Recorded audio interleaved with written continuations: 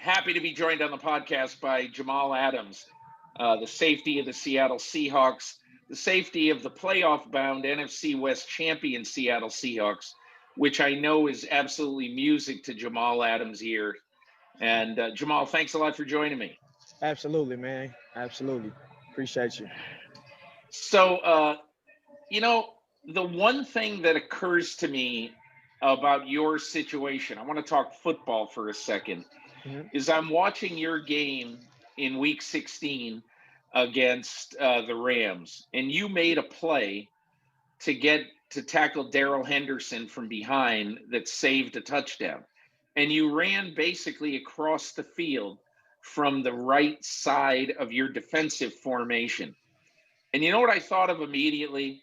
There's a play in the Super Bowl 20 years ago when the Ravens played the Giants that Ray Lewis ran about halfway across the field to catch Tiki Barber from behind, and he never saw him coming.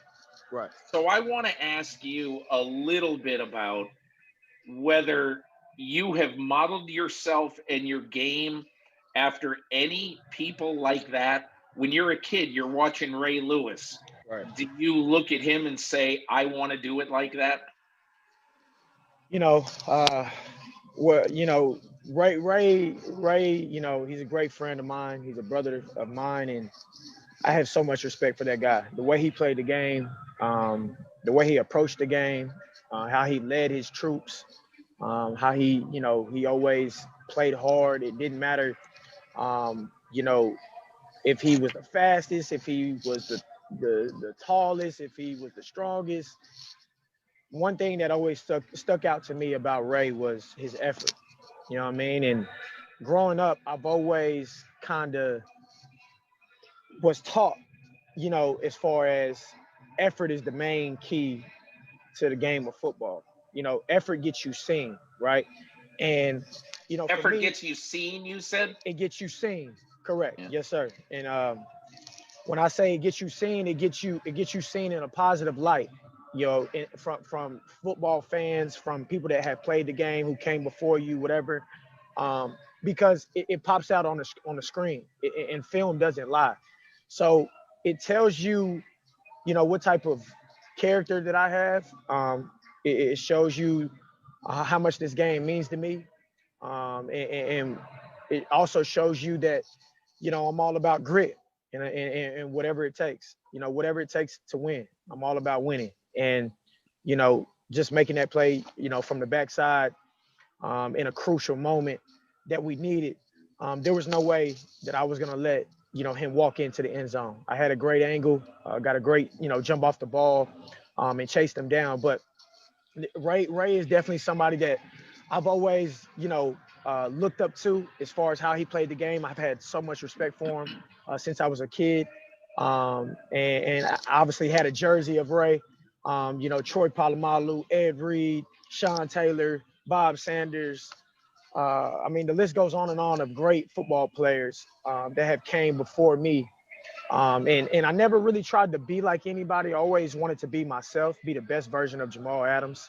My role model was my father, right? And I always thought my father was the best thing smoking.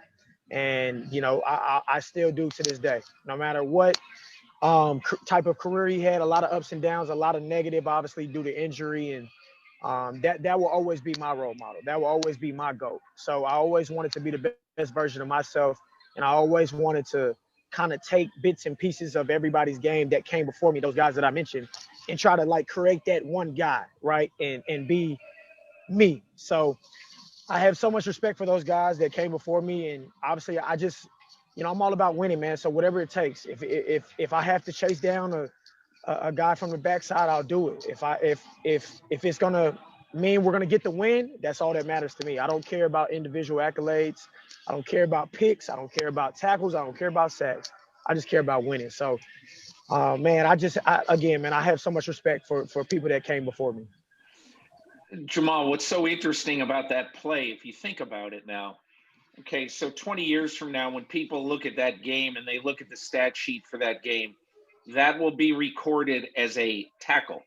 100%. Okay. And it was a tackle after Darrell Henderson gained 3 yards. Correct. So it really is not. It doesn't look like the play of the game. Right. That is the play of the game, because then you guys hold them 4 downs and they can't get in the end zone. The game is over. Right. You're up 13-6. If they score, they tie the game, and Right. who knows what happens. Correct. That is the play of the game, which is why so often statistics lie. And what you just said, I think, is such an important part of football. Right. Yeah. Again, you just can't get caught up in what, people say about you, right? We're playing a tough game. We're playing a game that really makes you reach down and find out who you are as a person. And it shows on the field each and every Sunday, Monday, Thursday, whatever it is, doesn't matter. When you go out there and you strap on your helmet, you go to work. You just need a blade of grass. And we always talk about defending every blade of grass, right? And whatever it takes, man. One yard line, it didn't matter. I knew how important that series was. They were driving the ball. We was tired. We was just trying to get off the field, trying to get the ball back to our offense, obviously. And man, it was a crucial play. And I remember, when I did make the play, I got up and I was beating on my chest, and I told him, I told the Rams sideline, I said, that's a big time play. I said, I'm really, matter of fact, I told him, I said, I'm a dog. I'm really like that. Right. And, I heard a couple people, shut up, first down. And I was like, okay. And so then when we did get the stop, I could only imagine what they're thinking, like, damn, he really made that play and told us that was a big time play, and we didn't even get it in. The momentum shift from the Rams to back to us after getting that fourth down stop as the defense, nothing like it. That changed the game. That fourth down stand as a defense changed the game. I don't like to give myself credit, from the chase down. It was a hell of a play. But that fourth down stop, all 4 of those downs, that's that won the game for us. You know what I mean? So I give so much credit to the guys that I go to work with. So I want to ask you, this is not a common question. I wouldn't think that you probably get a lot of, but I wonder, what was it like for you, let's say in August, going to work every day, or say a year ago, going to work every day, when you're really only playing for the games that you're playing. You're not really playing for the postseason, because with the Jets, the team wasn't good enough, versus today. What is the difference in playing football like for you this year versus last year and your whole time with the Jets? Yeah, it's meaningful. You know what I mean? You have the respect of the league. You still have your guys and people that say that, the Seahawks aren't that good, or the defense isn't that good, or the offense isn't rolling. You still have the naysayers, right? But the good thing about it is you have a chance. And that's all that matters, man, is you have a chance in the postseason. I had the interview after the Jets. After the Washington game, I want to say.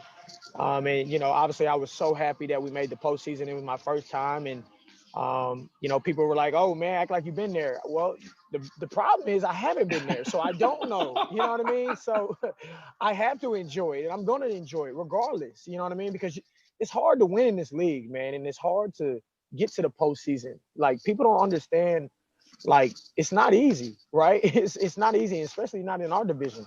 Our division is the best of the best, right? And San Fran, they've been beat up and hurt. We've been beat up and hurt.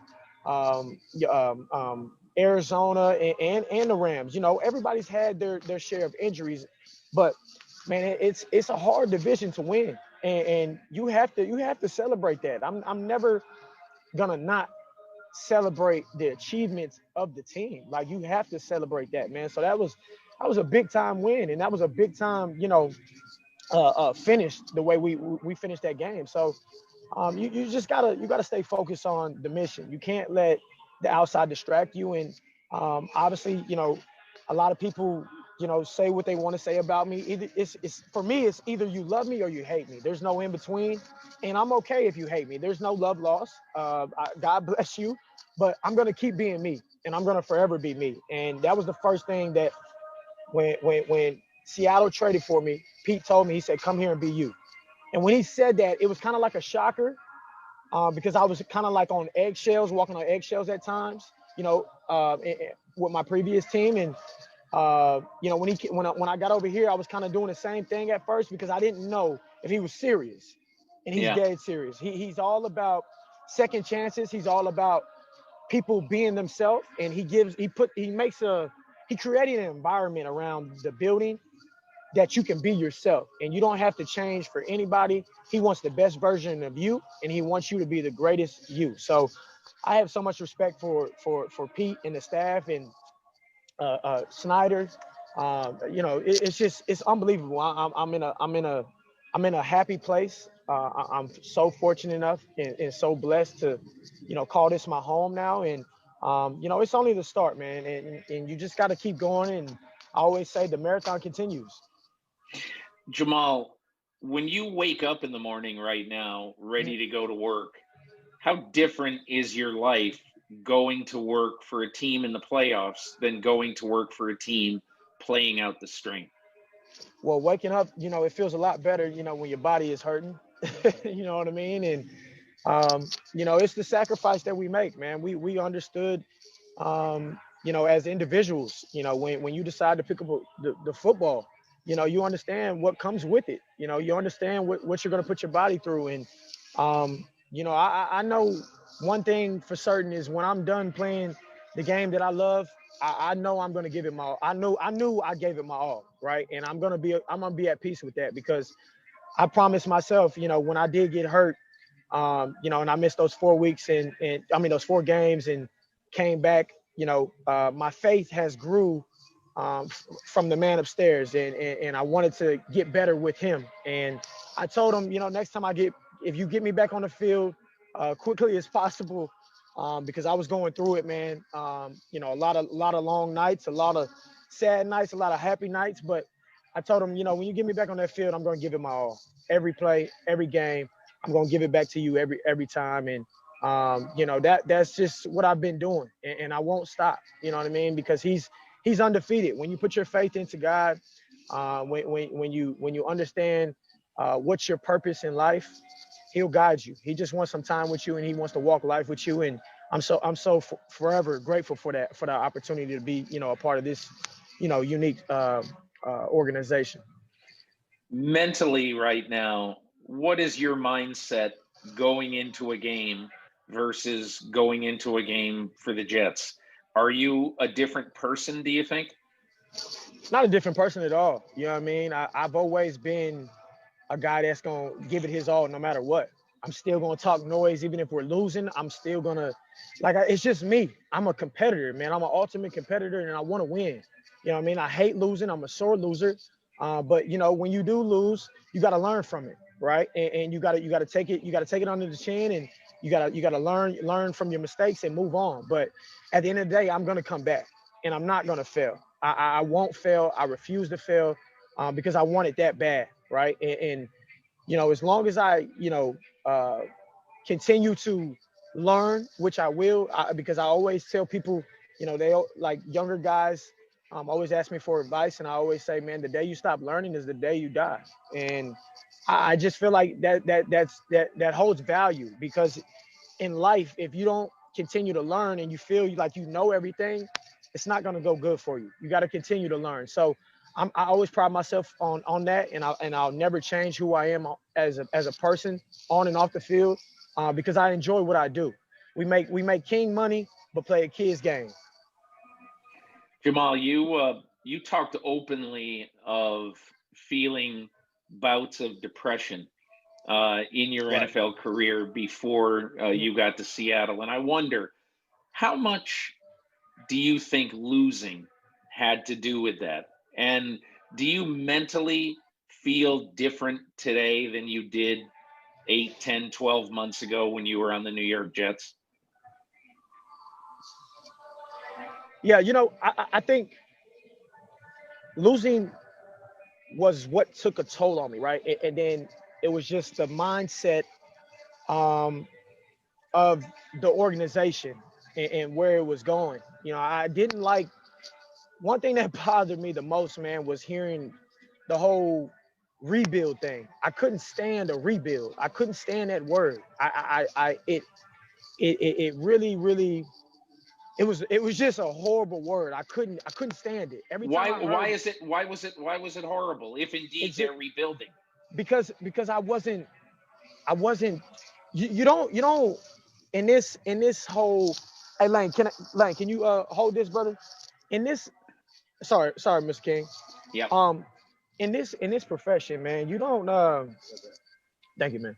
You don't know when your last play is gonna be, right? And you don't understand, or you don't know when your career is gonna end. You don't know how long you got, and you have to master this short window.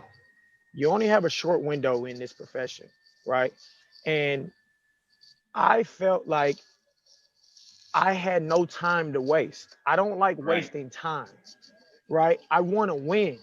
I'm in this to win. I'm not in this to, sugarcoat anything. I'm not in this to, tell you, oh, I'm here for the rebuild. I'm not. I couldn't do it because that's not how I'm wired. I'm wired to win. I'm an ultimate competitor. I want to win. So I couldn't do that, and I couldn't fight the rebuild, should I say. I couldn't fight that with those guys. I did it for 3 years. I tried, but it was taking so much from me, and it was affecting me in my outside life. And that's when I knew, I said, I can't do it anymore. When it was affecting my relationships with my loved ones, it was affecting how I was going about business, mentally, and how I had to walk in to work with headphones on, with positive music just to get me going. I knew it was time for me to leave. And some people can sit there and rebuild and go through the phases of that, but I couldn't do it. And I'm man enough to say I couldn't do it. I wanted to win. And it's simple as that. Simple as that, man. You know what? It's so interesting about this because, look, you got what you want, okay? You went to a contender. And honestly, the Jets, they got a good deal. They got 2 1s 100%. And a 3. Right. They got pieces to rebuild. Right. So, in my opinion, everybody lives happily ever after. 100%. But you'll never. It don't matter what you get. You'll never get a Jamal Adams. You'll never get a Jamal Adams, and they know that. They know it. Jamal, I want to ask you one other thing that really interests me about your year. Okay. Yes, sir. In early June, I'm sitting there and I see this video come up around the time of the George Floyd murder, a week or so after that. Mm-hmm. And it's all these NFL players. And I have to tell you, I was covering the New York Giants the day your father was drafted. Okay. Okay. So I have been covering the NFL since 1984. Okay. you ultimate pro. So back in the day, I was covering the NFL before you were even a thought. Absolutely. But anyway, I tell you that because never in my life have I seen a great safety like Jamal Adams, a great quarterback like Patrick Mahomes, a great receiver like Michael Thomas, NFL royalty. I appreciate saying that. Things like, and I'll say what you said. You said, we, the National Football League, condemn racism and the systematic oppression of Black people. Yep. And then you did this. Yep. You did the Tommy Smith, John Carlos, the Black Power salute. Right. And I look back at that moment and I said, that was really a meaningful moment in NFL history. Tell 100%. Me what you think about it and what you thought of it when you were approached to do that. Right. For me, man, it was, I've always been raised to do what's right by my mother and my father. But I'll give my mother the credit if she hears this, because she's not gonna like it if I give my father all the credit, right? So give your father the football credit. Right, I give your him the football. mom the Yeah, I give mom the off the field. So my mother always, told me to, do what's right. Voice your opinion. If you feel it's wrong, speak up, right? And I've always lived like that. I've always, been very blunt about my opinion.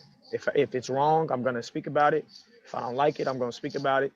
And that's just who I am. So I knew going into it with the Black movement that it was just wrong, and it's been going on for years. It's been going on. I remember countless times being in high school, being in middle school, being called the N word and hearing the N word, and I've dealt with it. I had to fight it. It was more so, don't react because you're a young Black man that got a lot going for yourself. Don't react because you could get in trouble and you could cost your career. So I had to bite that apple for So you buried it for a long time. I buried it for a long time. There's so many stories, so many people I still remember to this day that have said racial, slurs towards me or towards my friends, whatever the case may be. And, this was something that I knew what was right. And I'll continue. Obviously, when every game, I'm always holding up my fist, right? Because I am happy to be a Black man. I'm happy to be who I am.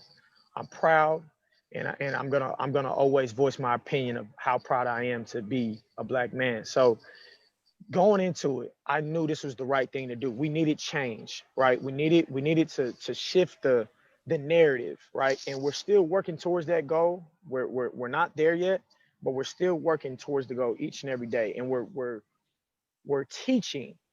That's the main thing. We're teaching people what is right, what they didn't see, or whatever the case may be, right? So going into it, I'm all about doing the right thing, voicing my opinion, and doing it in a manner that it's how should I say this? It's being seen. It's a manner that people are gonna listen to. You have to listen to it because he's speaking about it. And he's very prideful and he's passionate about it, right?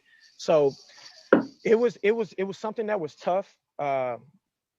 Going through it, I've gotten a lot of DMs about it, a lot of negative. I've been called the N-word multiple times. I've been called every name in the book when I asked for a trade. So, I was used to it.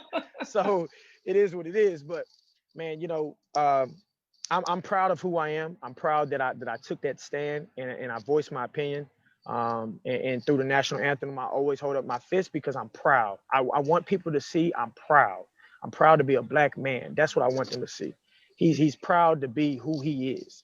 And that's what I was about. So the Black movement is still going on, and we're still, continuing to teach people what it's about. And we're making some leaps, and that's all that matters.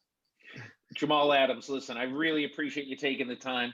Insightful stuff, fun to talk to you. Good luck the rest of the way, and see if you can play deep into January, okay? Yeah, that's the plan, Mr. King. I appreciate you as always, man. God bless you, brother. Thank you, man.